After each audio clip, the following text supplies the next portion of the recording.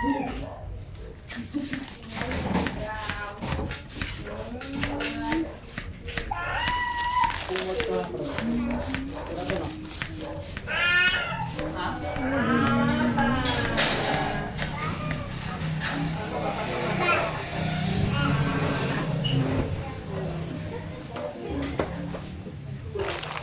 ko sister na kasama ng papa. Papa, hindi ba dadada? Kailan na kailangan mo? Dadada, hindi ba papa? Eto. Nagilip ka.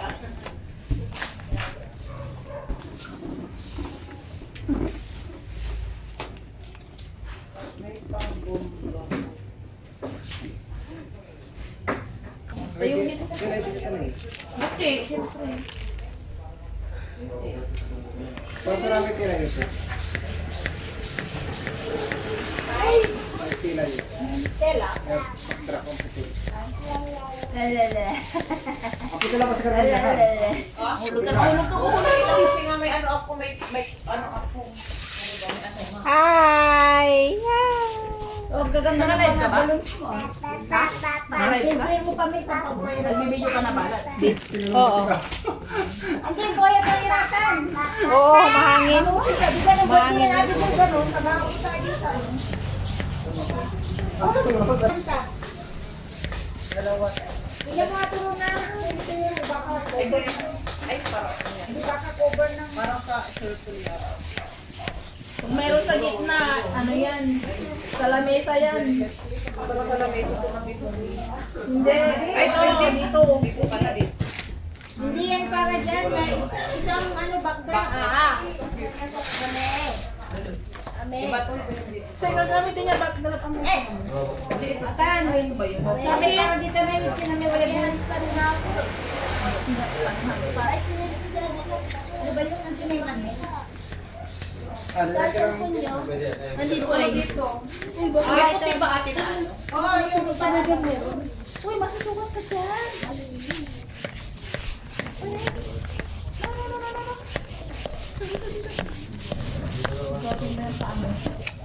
ito yung para dyan, Rona. Naniya sa lukukan, green. Ay. Ayun ang ilalagay mo. Yun, yun yung mga i-cover mo. Hindi pa ko pwede. O, pandiskati ka na talaga. Opo yan. Karino. Ito yung ginamit ni Dordo ka eh. Himang ka. Hindi pa tukot sila. Parang may Ito pa ako dito eh. pero siyempre nakapalang ako. Tapos ka kayong kumain? Oo. Oh? Hinahabol kasi ako. Ang taga Bombay, ito taga ano. Kasya na ba yan? Yung isa raw na. Ako kasi. Ito pala ako yun. Hindi nakahati. Shout out naman tayo sa mga ano. Madilim. Tamtag sa tsaka ano, meron ka na? Wala po. Ilang pin? Gano'n kalaki? Bilisan to ha. Ano? Parang ano, may malaki, may maliit. Doon kami sa lobo kasi pag hindi mo na... Okay,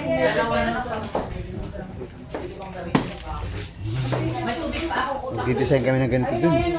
Magdi-design kami ng ganito yung mga balon. Sa mga...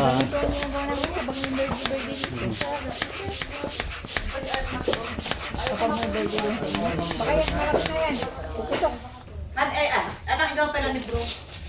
Dapat ano, yung bihip na lang sana. Dapat yung merong ano yung mabilis na. Yung kuryente. Ginagamit lang yung kuryente. Yun, hirap lang. Sana pala, inuwi ko na lang yun. Ha? Dapat! Bakit mo hindi mo inuwi, oy? Malaki na yan. Dalawa pa. Puputok. Dalawang hose pa. Ha? Dalawa yung, di machine. Dalawa yung ano, hose. Oo, yun. Merong ganun sa Shopee. Gusto ko nang bumili ng ganun. Ay, Shokoy. Grabe naman, hindi pa nag-ano. Hindi pa Pumutok na. nakapak na. Hindi pa nagamit, puputok na. Eh, nandun na ako eh. Akala ko hindi ko ako lumaan.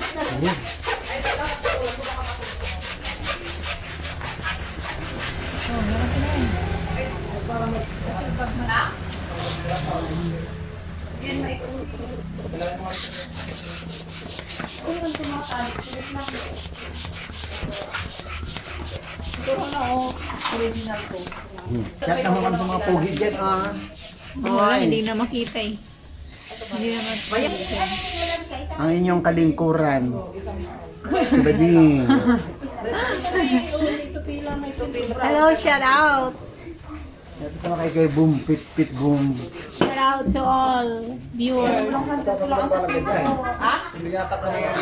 ganito mula sa ibang ilalagay na kayo sa kahara.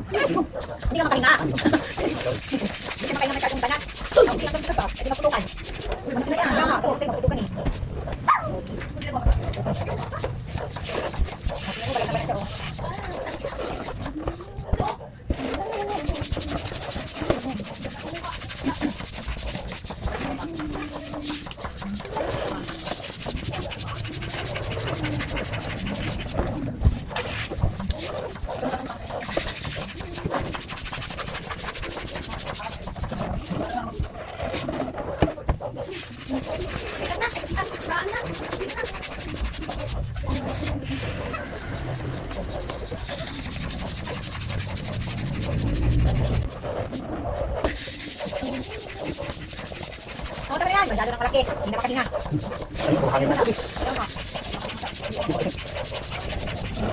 Grabe. Tutulog.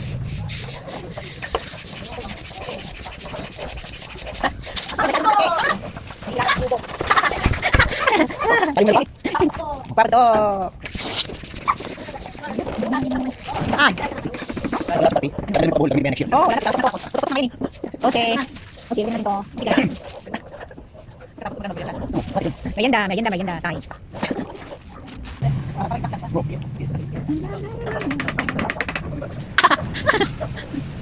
Boom, get out. Boom, pit boom, get out. Guys, ang ito kay Anas Bayo guys. Oo, subscribe daw sa pit boom. Pit boom. Hindi sa YouTube ka?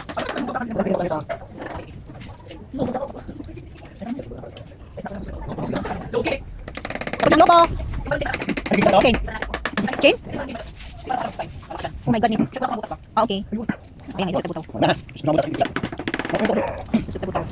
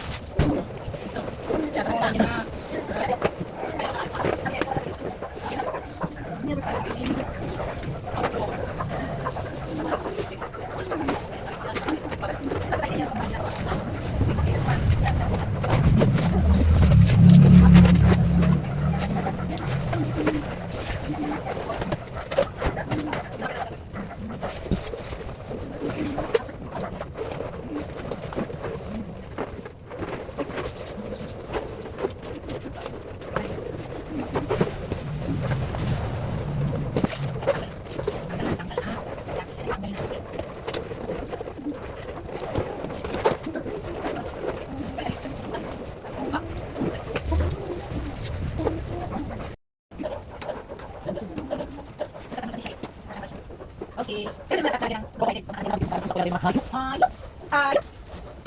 Ano ba madam? Yung baka. Baka to. Baka. Di ba may tiger na gigit? Isa zebra. Baka. Tapos ito. Pagkaman. Ito ka dang bata. Ayun. Oh, ito niya. Kayo ba kayo?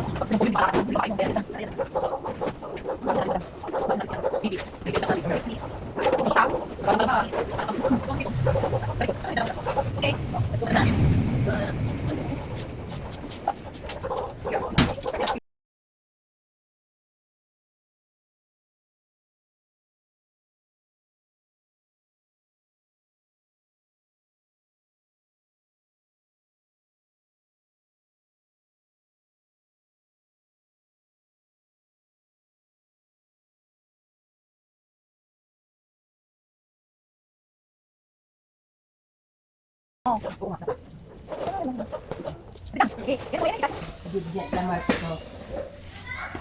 Then you dikit-dikit the hayop, the animals later. Be careful with my heart.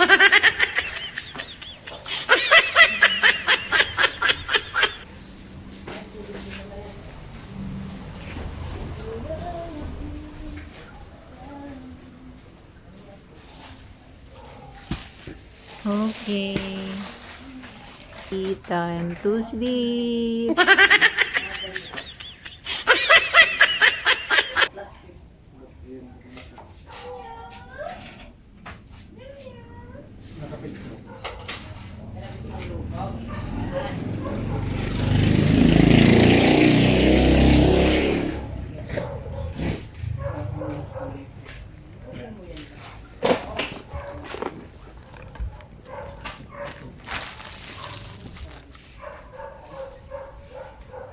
Ito, ano pong bahay na kasalanan nakikita nyo sa amin, patawarin po nyo kami. Wala po kaming magagawa kung wala ka sa aming buhay. Salamat Panginoon sa kapatawaran. Salamat sabi sa 1 John 1:9, ipapahig namin aming kasalanan.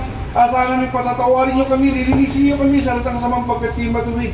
Salamat, andyan yung banal na dugo upang kami patuloy na linisin sa aming pagkakasala. Sa inyo po namin itinitiwala, Panginoon, ang oras na ito, ang child dedication, O God, kayo po manguna, mangusap po sa bawat isa sa amin. Salamat, Ama, ito sa dalangin namin sa matamis, mapagarian pa ng Panginoong Jesus.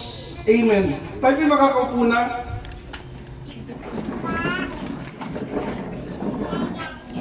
Ngayon pong araw na ito po ay mahalagang araw. Bakit ko po nasabing mahalagang araw ito? Kasi po nagpasya silang ihandog sa Panginoon ang kanilang anak na si... Pero bago po natin ihandog sa Panginoon si Mark, ang nais po ng Diyos, ihandog po muna natin ang ating sarili sa Panginoon. Sabi po sa Roma 3:23, sapagkat ang lahat ay nagkasala at walang sino mang karapat-dapat sa paningin ng Panginoon. Walang tao makapagsabi, ay wala akong kasalanan. Lahat po ay nagkasala, ang sabi po sa Biblia. Pero purihin po ang Panginoon dahil sa pag-ibig niya sa atin, ibinigay niya kanya kaisa-isang anak para ikaw, tayong lahat dito ay magkaroon po ng kaligtasang nagmumula sa Panginoon. Sabi po sa John 3:16, gayon na lamang ang pag-ibig ng Diyos sa sanlibutan. Ibinigay niya ang kanyang buktong na anak upang ang sino mang sumampalataya sa kanya ay hindi mapahamak kundi magkaroon ng buhay na walang hanggan. Sabi din po sa John 14:6, sumagot si Jesus, ako ang daan ng katotohanan at ang buhay. Walang makakapunta sa Ama kundi sa pamamagitan ko. Hindi po sapat ang mabuting gawa para maligtas ang tao. Hindi po ang pagsama sa anumang relihiyon ang makapagligtas sa tao. Ang tanging makapagligtas po sa tao kapag tinanggap po natin siya bilang Panginoon at tagapagligtas ng ating buhay. Sabi sa Gawa 4:12, kay Jesucristo lamang matatagpuan ang kaligtasan, sapagkat silang sa silong ng langit, ang kanyang pangalan lamang binigay ng Diyos ang ilaligtas ng tao. Ang Panginoon Jesucristo lamang po ang makakapagligtas sa tao. Walang ibang makapagligtas sa tao. Ang Panginoon Jesucristo lamang po ang daan papuntang langit. Wala na pong ibang daan. Ano pong panalangin na kahilingan sa pangalan ng Panginoon Jesus, katagpuin po ito. Salamat Ama, ito samot dalangin po namin sa matamis, mapagalihan pa ng Panginoon Jesus. Lahat po yung magsabi ng Amen. Sige po tayo po yung makakaupo na. Ngayon po, dadako po tayo sa aktual na paghahandog sa bata. Sabi po sa 1 Samuel chapter 1, verse 27 to 28, idinalangin ko sa kanya na ako'y pagkalooban ng anak at ito ay ibinigay sa akin. Kaya naman po, inihahandog ko siya sa kay Yahweh upang maglingkod sa kanya habang buhay. Pagkatapos nito, nagpuri siya kay Yahweh. Ulitin ko po. Sabi sa 1 Samuel chapter 1, verse 27 to 28, idinalangin ko sa kanya na ako'y pagkalooban ng anak. Ayun po, at ito po ibinigay sa akin. Kaya naman po, inihahandog ko siya kay Yahweh upang maglingkod sa kanya habang buhay. Pagkatapos nito, ay nagpuri siya kay Yahweh. Alam po nyo, ang anak po ay regalo sa atin ng Panginoon. Si Mark Ezekiel ay regalo po ng Diyos kay Brother Mark at kay Sister Rona po. Kaya ang nais po ng Diyos, ihandog po natin ito sa Panginoon. Ulitin ko po, ang anak ay regalo ng Diyos sa atin. Kaya ang nais po ng Panginoon, ihandog po natin ito sa Kanya. May tatlong bagay lang po na dapat natin tandaan. Ba't ba kailangan natin ihandog sa Panginoon ang bata? Number 1, para i-bless ng Diyos ang bata. Kapag inihandog natin sa Panginoon yung bata, pagpapalain po ito ng Panginoon hanggang sa kanyang paglaki. Yung pagpapalang nagmumula sa Panginoon ay mararanasan ng batang ito. So, ayun po yung unang dahilan. Bakit ba kailangan natin i-bless ang bata, ang ihandog sa Panginoon? Para yung pagpapalang nagmumula sa Panginoon ay maranasan ng bata hanggang sa kanyang paglaki. Patuloy niya itong maranasan. Pangalawa po, divine protection. Yan po, para maranasan ng bata yung pag-iingat ng Panginoon. Hanggang sa kanyang paglaki, yung pag-iingat ng Diyos ay mararanasan ng batang ito. Kasi inihandog ito sa Panginoon. Patatlo, divine wisdom. Kapag inihandog natin ang anak natin sa Panginoon, magkakaroon siya ng karunungan na nagmumula sa Panginoon. So ito po yung tatlong bagay na dapat natin tandaan kung bakit kailangan natin ihandog sa Panginoon ang bata. Number 1, para i-bless ng Diyos yung bata, para hanggang sa kanyang paglaki, maranasan niya yung pagpapalang nagmumula sa Panginoon. Number 2, divine protection, para yung pag-iingat ng Diyos ay patuloy niyang maranasan hanggang sa kanyang paglaki. Patatlo, divine wisdom, kapag inihandog natin ang anak natin sa Panginoon, magkakaroon siya ng karunungan nagmumula sa Panginoon, magmumuna po siya sa klase. So yun po yung tatlong bagay kung bakit natin kailangan ihandog sa Panginoon ang bata. Ano naman po yung tungkulin ng magulang? Brother Mark, kasi si Brother Mark, Sister Rona, ito yung tungkulin nyo bilang magulang kay Ezekiel. Number 1, take care of their children. Kailangan alagaan nyo na mabuti yung inyong anak. Tungkulin ng magulang na kanyang mga anak ay alagaang mabuti. Pakainin na masustansyang pagkain. Meron pong isang anak nagreklamo sa kanyang magulang, nanay, bakit palagi nilang katuray ang aking ulam? Sa umaga, katuray, sa gabi, katuray, sa hapunan, katuray. Tungkulin niyo, Brother Mark, Sister Rona, na pakainin ng maayos ang inyong anak, pakainin ng masustansyang pagkain. Ano ba yung tungkulin niyo bilang magulang? Pag-aralin ang inyong mga anak mula kinder hanggang kolehiyo, tungkulin ng mga magulang na pag-aralin yung kanyang mga anak. Brother Mark, Sister Rona, tungkulin nyo bilang mga magulang na pag-aralin si Mark mula kinder hanggang kolehiyo. Meron kasi mga magulang, kapag nag-graduate ng elementary yung kanyang anak, huwag ka na mag-aral, magbantay ka na lang ng palaisdaan. Pag nakagraduate ng high school, sasabihin ng magulang, huwag ka na mag-aral, maghanap ka na ng trabaho para makatulong sa amin. Tungkulin niyo, Sister Rona, Brother Mark, na patapusin ang pag-aaral ng inyong anak. Sa aming buhay po, 3 kami magkakapatid, pinagsikapan ng aming mga magulang na kami mapag-aral. Tapos po ako ng education, yung pa-2, AB, yung pa-3 po, education din po. At sabi ng aking mga magulang, kaya kami nagsikap na mapag-aral kayo kasi ito yung yamang may pamamana namin sa inyo na hindi kayang nakawin ng linuman. So, tungkulin mo, Sister Rona, Brother Mark, na patapusin ang inyong anak. 2, turuan ang bata. Tayo po, mga magulang, unang guro ng bata. Dapat turuan natin silang ng mabuting asal. Turuan natin silang manalangin, turuan natin silang magbasa ng Biblia, turuan natin silang habang bata pa dumalo po sa church para mapalapit sa Panginoon.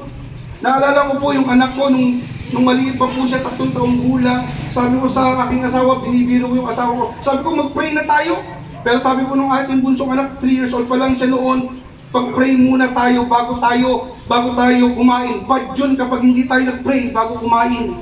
So tungkulin niyo, Sister Rona at Brother Mark, na turuan yung bata ng mabuting asal. Kawikaan 22 verse 6. Ituro sa bata ang daang dapat niyang lakaran at hanggang sa paglaki niya, hindi niya ito malilimutan. So bilang magulang, bilang unang guro ng bata, kailangan turuan niyo siyang mapalapit sa Panginoon, turuan manalangin, turuan magbasa ng Biblia. 3, discipline. Dapat hanggang bata pa ang ating anak, dinidisiplina na natin ito. Pag edad ng bata na 3 taon, dapat pinapalo-palo na natin ito para alam nila kung ano ang tama, kung ano ang mali.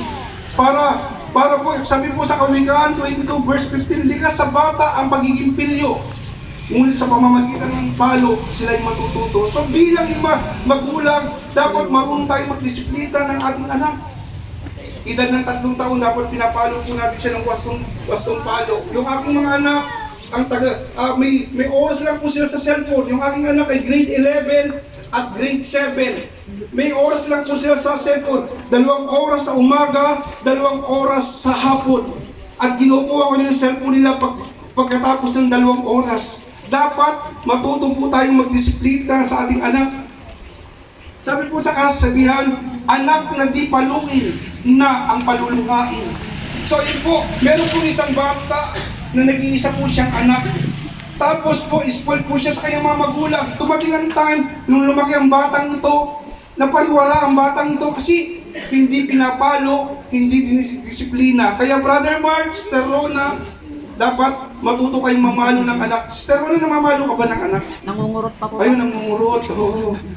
Dapat, ayun po, itago lang nyo sa lola nyo, baka makita ng lola nila. Kasi ang lola talagang aawayin ka niyan kapag nakita niyang pinapalo mo yung ilang apo. 2, huwag po tayong magkaroon ng favoritism sa ating anak.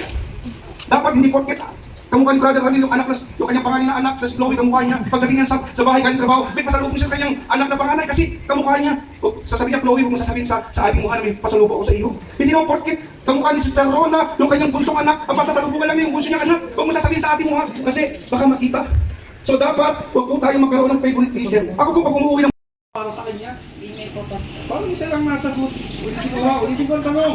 Ikaw po, Brother Mark at Sister Rona, ay nangangako sa harap ng Diyos, sa harap ng taong naririto, na gagawin yung lahat sa tulong ng Diyos, ang lahat ng inyong makakaya upang palakihin ang batang si Mark ayon sa dakilang kalooban ng Diyos para sa kanya. Ayun, ganun na. Okay, 2 tanong. Ikaw ba, Brother Mac at Sister Rona, ay nangangako magsisikap upang makapagtatag ng isang Kristiyanong tahanan na puno ng pag-ibig, kapayapaan at kasaganaan? Yun po. Ikaw ba, Brother Mac at Sister Rona, ay nangangako na magpapakita ng magandang halimbawa para kay Mark sa isip, sa salita at sa gawa? Amen. Okay. At panghuli, sabi ni Sister Rona, sumagot ka. Ikaw ba, Brother Mark at Sister Rona, sa pagkakataong dumating ang panahong lumaki si Mark at tawagin na Panginoon, halimbawa, bilang isang pastor, hindi mo ba ipagkakait sa kanya yung pagkakatawag sa kanya? Yun po. Tinatawag ko yung mga ninong at ninang, kayo po tatanungin ko. Pwede po yung mga ninong at ninang pumunta lang po dito? Lahat po ng ninong at ninang, isang mic lang po ang mga hawak ng ano.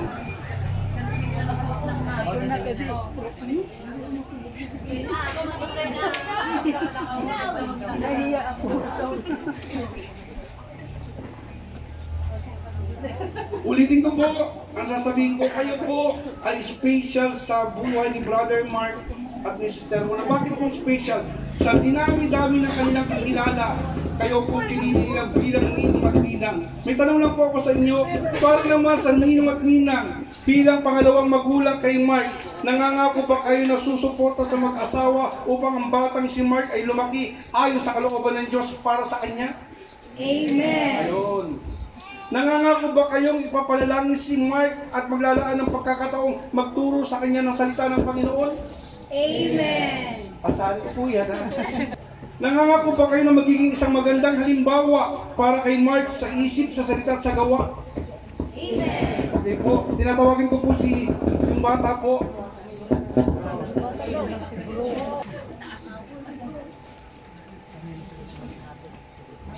Pwede po ituon natin ating mga kamay kay sa batang ito. Mamaya. Father, I pray in Jesus' name, dalangin ko po si Mark Ezekiel. Panginoon, dalangin ko po lumaki siya mabait na bata, masunuri sa magulang, lumaki siyang taglay-taglay ang karunungan nagmumula sa inyong Panginoon. Ingatan niyo ang batang ito, pagpalain, O God, patuloy niyong balutan siya ng banal na dugo at pakibantayin niyo yung mga anghel, O God. Brother Mark, Sister Rona, pagpalain sila, ingatan, anong pong panalangin nila, anong pong kahilingan nila, sa pangalan ng Panginoon Jesus, katagpuin po ito. Maging sa ninong at ninang, I speak blessing upon blessing sa kanyang buhay. I speak answered prayer, O God. At anuman pong patuloy silang ingatan, Panginoon, pagpalain. Bilang pastor ng Jesus is Lord Church, ikaw, Mark Ezekiel Gaspar, inihahandog kita sa Panginoon sa ngalan ng Ama, ng Anak, at ng Banal na Espiritu Santo, at lahat may magsabi ng Amen. Sige po tayo po yung makakapunag. Pwede pong palakpakan natin ang Panginoon. Pepperma lang po kayo dito. 2 beses po kayong pepperma. Kasi yung isang kopya para kayo sa mag-asawang Brother Mark at Sister Rona. Tapos po, pagkaperma po,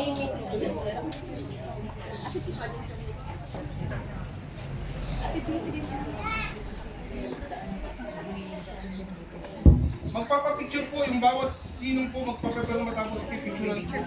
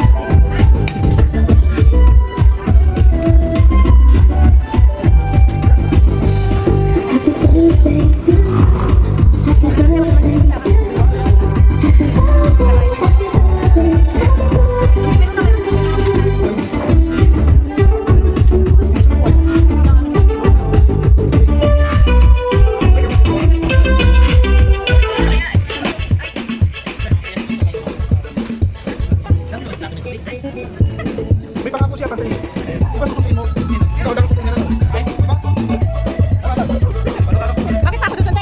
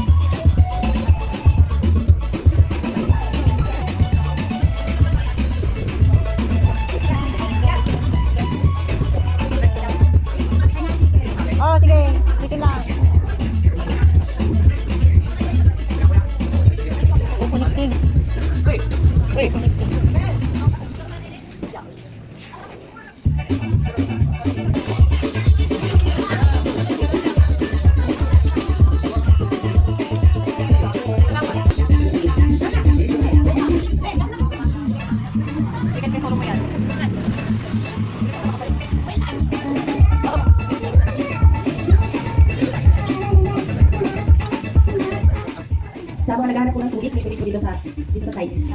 Manawid na tubig po.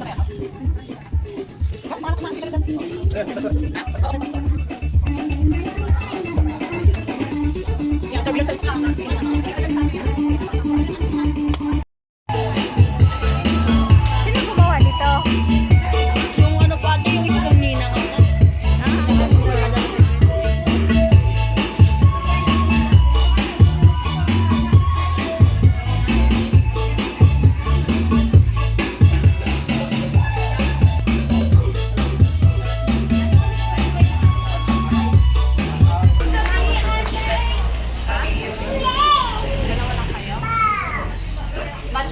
Yes! Picturean mo nga sila dito sa likod. Okay. Wala akong cellphone, kausapin na si Mimi.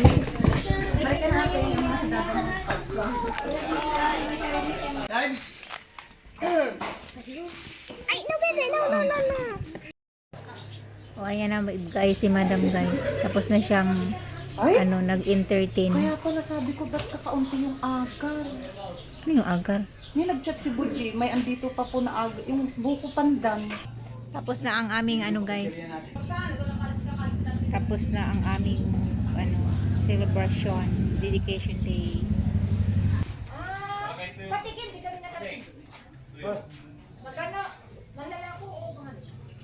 Malalako.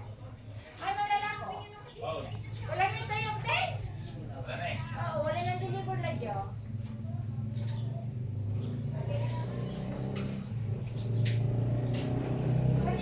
Tapos na guys ang dedication day. Yan si yan. Pitpum. Sa mga magaganda dyan, at saka sa mga Anong oras may ka? pera. 2 o'clock. 2 o'clock? It's almost 2 o'clock. Kumain muna kayo before you leave. Kuya John, eat first before you leave. Kala ko, kung sino kausap mo, wala na akong nakikita ng tao. Diyan pala. I have here, visitor. Kambing. I have visitor. Kambing. Oh my goodness.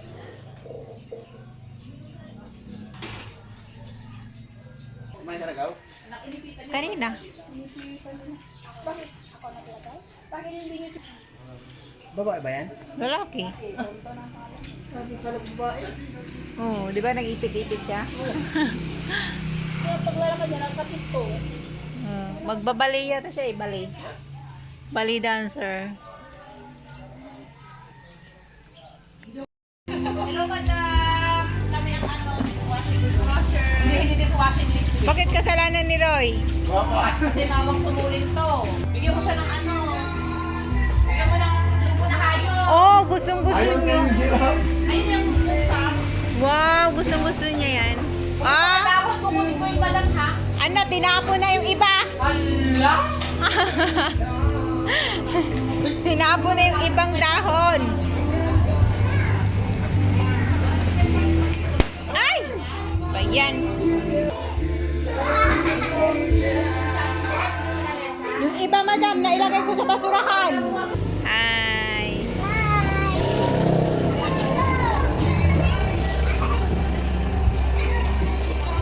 Tunton!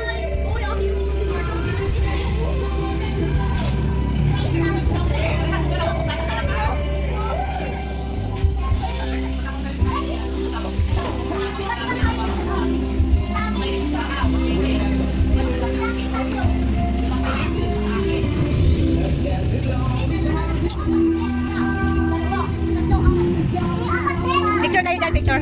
Tabi-tabi kayo mag-picture tayo. Doon kay Kendra.